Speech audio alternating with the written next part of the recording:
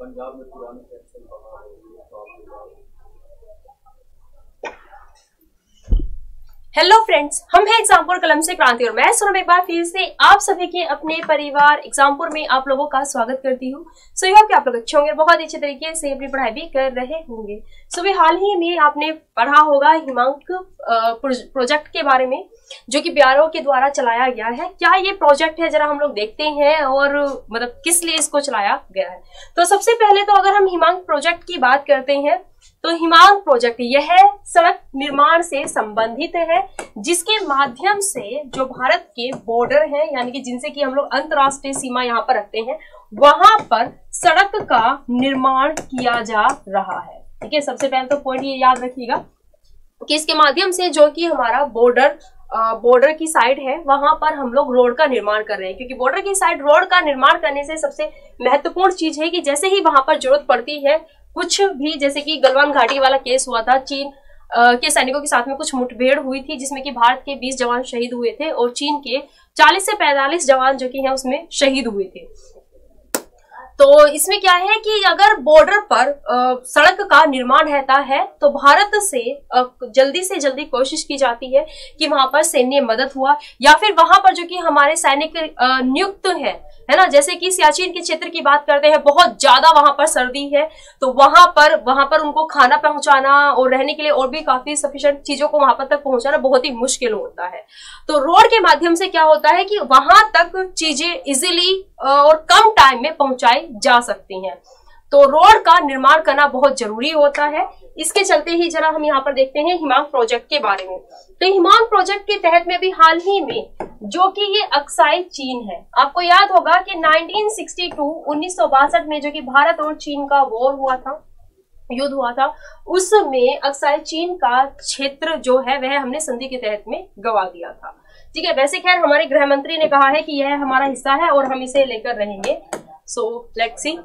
तो यहाँ पे हम देखते हैं क्या है कि भाई उस समय पर, जिस समय पर जो अक्साई चीन के साथ में संधि की थी कि भाई ये हम यहाँ पर जो है चीन के सैनिकों ने यहाँ तक अपना अधिकार जमा लिया था और इसे फिर संधि के तहत में उन्हें दे दिया गया था। तो तुरंत उस समय ही चीन ने अपना रोड का निर्माण यहाँ पर बॉर्डर के आसपास ही कर लिया था, जो कि ये आपका लद्दाख की साइड में एरिया आ जाता है। उस समय ही चीन ने यहाँ पर रोड का निर्माण कर लिया था, जिसकी वजह से उनके सैनिकों की काफी संख्या में यहाँ पर नियुक्ति रहती है और वह इजीली अपने सैनिकों को जो भी जरूरत की चीजें होती हैं वह भेज पाते हैं। लेकिन हमारे लिए यहाँ पर कठिनाई का सामना रहता है, क्योंकि एक तो हम लोग आर्थिक अपनी स्थिति से काफी खराब रहे हैं, धीरे धीरे करके हम लोग वैसे चीजों को अच्छा कर रहे हैं।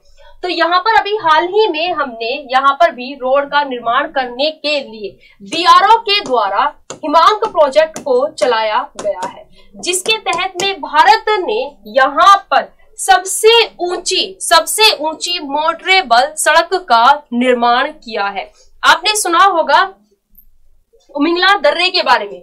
ठीक है, आपने इस दर्रे के बारे में सुना होगा, यहाँ पर जो कि उमलिंगला दर्रा है। उमलिंगला दर्रा यह सबसे ऊंचाई के लिए जाना जाता है और यहाँ पर ही इस मोटरेबल सड़क का निर्माण किया गया है, जो कि लगभग आपका 19,300 फीट की ऊंचाई पर यहाँ पर बनाई गई है। और यह डेमचेक इलाके में, डेमचेक इलाका जो कि है यह भारत और चीन का एक विवादित क्षेत्र है, जिसे कि चीन कहता है कि यह हमारा है और हम कहते हैं कि यह मैकमोहन रेखा के तहत में हमारे अंडर में आता है।